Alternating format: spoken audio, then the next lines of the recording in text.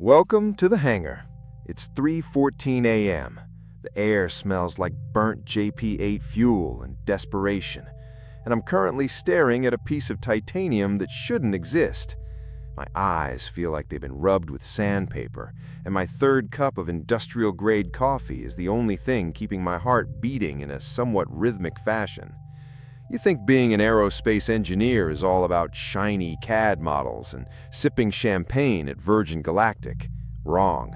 That's for the guys who design the stuff that's supposed to work. I'm a reverse engineer. I deal with the stuff that either worked too well for the wrong people or stopped working in a way that left a crater the size of a suburban swimming pool. Look at this turbine blade. This isn't just a piece of metal. It's a $1 million puzzle piece from a foreign propulsion system that fell off a truck in a country we aren't officially at war with. My job is to tell the suits in Washington exactly how it was made, why it's better than ours, and how we can kill it. This is the graveyard shift to the aerospace world. We don't build, we deconstruct. We are the forensic pathologists of the sky. The routine? There is no routine. Routine implies a predictable outcome. Here, the outcome is usually a headache and a non-disclosure agreement that would make a CIA operative sweat. A typical night starts with a gift. That's what we call the crates that arrive under heavy guard. Sometimes it's a flight control computer from a crashed drone riddled with encryptions that would take a supercomputer a decade to crack. Other times it's a fragment of a composite wing that survived a 400-knot impact. I spend my hours in the clean room, which is ironically the place where my soul goes to get dirty. We use 3D laser scanners that capture tolerances down to the micron. If a bolt is off by the width of a human hair, the whole thing goes bang at 30,000 feet. I'm looking for witness marks, tiny scratches or discolorations that tell the story of the manufacturing process. Did they use 5-axis CNC? Did they 3D print the cooling channels? If I find a specific isotope in the alloy, I can tell you which mine in the Ural Mountains the ore came from. But it's not just the hardware, it's the ghost. Every engineer leaves a signature. The way a wire is routed, the logic of a redundant circuit, it's like a fingerprint. I'm hunting a guy I'll never meet, trying to outthink him while my brain is screaming for a nap. And the pressure? It's constant. The colonel is breathing down my neck because some general wants a briefing by 0800. They don't care about the laws of thermodynamics or the fact that I'm trying to bypass a hardware-level lockout on a flight management system. They just want to know, can we build it cheaper and can we make it stop our missiles? Welcome to the code black of engineering. If you screw up a design, the plane might not fly. If I screw up a reverse engineering report, we might lose a war we didn't even know was happening. Grab a wrench and some smelling salts. We've got a long night ahead of us. You want to do what I do? Great. Hope you enjoy crying over differential equations and hating your life for 6 years. Most people think they can just get a degree in aerospace engineering and start tearing apart top-secret MiGs. That's adorable. The path to this hangar is paved with the shattered dreams of valedictorians and enough caffeine-induced heart palpitations to power a small city. Step 1. The filter. In your freshman year, they'll throw statics and dynamics at you. It's a simple class designed to find out if your brain can handle the concept of things staying still or moving. Half of you will quit right there and go major in communications. Good, we don't need you. Then comes fluid mechanics and thermodynamics. This is where you learn that air isn't just stuff you breathe. It's a vengeful fluid that wants to rip your wings off.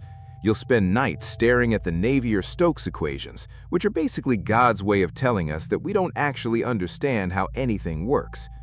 If you survive the math, you get the aerospace engineering degree, but that's just the ticket to the circus. To be a reverse engineer, you need to be a polymath. You need to understand metallurgy so you can tell the difference between Inconel 718 and a cheap knockoff by the way it reacts to an X-ray fluorescence scan. You need to be a coder who can read assembly language written by a guy who hasn't seen sunlight in 20 years. You need to be a structural analyst who can look at a bent piece of aluminum and calculate the exact G-force of the impact that turned a plane into a lawn ornament. The real training happens in the field. My first week, they didn't give me a computer. They gave me a bucket of soot and a pair of tweezers. I had to reconstruct a circuit board that had been through a thermal event. That's engineer speak for it caught fire. I spent 18 hours a day for a month under a microscope, matching charred traces like a high-stakes jigsaw puzzle. That's the academy. They break your ego. They teach you that the correct answer doesn't exist, only the answer that has the highest probability of not getting someone killed. Most engineers are taught to follow a design cycle: requirement, concept, design, test. In reverse engineering, we work in the chaos cycle: result, evidence, theory, regret. You have to learn how to think like the enemy. If you were a resource-strapped engineer in a sanctioned country, how would you solve a cooling problem in a high-bypass turbofan? You wouldn't use the expensive American solution. You'd use something clever, something dirty, something that breaks every safety regulation in the FAA handbook. You have to learn to respect the MacGyver engineering of our adversaries. And then there are the black ops of academia. You'll take specialized courses in failure analysis. You'll study every major crash in history, not for the tragedy, but for the physics. You'll learn how a 2-cent O-ring can take down a space shuttle. You'll learn that safety factor is just a fancy way of saying, I hope I didn't forget a decimal point. By the time you're done, you won't be able to fly on a commercial jet without looking at the rivets on the wing and wondering if the guy who installed them was as sleep-deprived as you are. It's a 90% burnout rate. The ones who stay are the ones who find a sick, twisted joy in the silence of a broken machine. We are the ones who prefer the company of dead engines to living people. If that sounds like you, congratulations, you're hired. Now get back to the microscope. The coffee has finally failed me. My hands are shaking and the fluorescent lights are humming in a key that I'm pretty sure is a psychological warfare tactic. But we've hit the wall. The gift tonight is a flight control module from an unknown origin fighter that went down in the Pacific. The suits are panicking because this thing was pulling maneuvers that should have liquefied the pilot. Our simulations say it's impossible.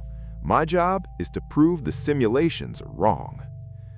We've bypassed the physical housing. Now we're in the Silicon Valley of hell. The board is coated in a proprietary epoxy that dissolves if you use the wrong solvent. One mistake and the whole chip turns into a puddle of useless goo, and my career ends with a court-martial.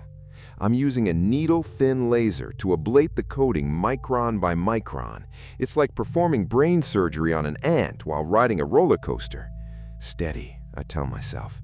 My heart rate is 110. I finally see it, the central processor.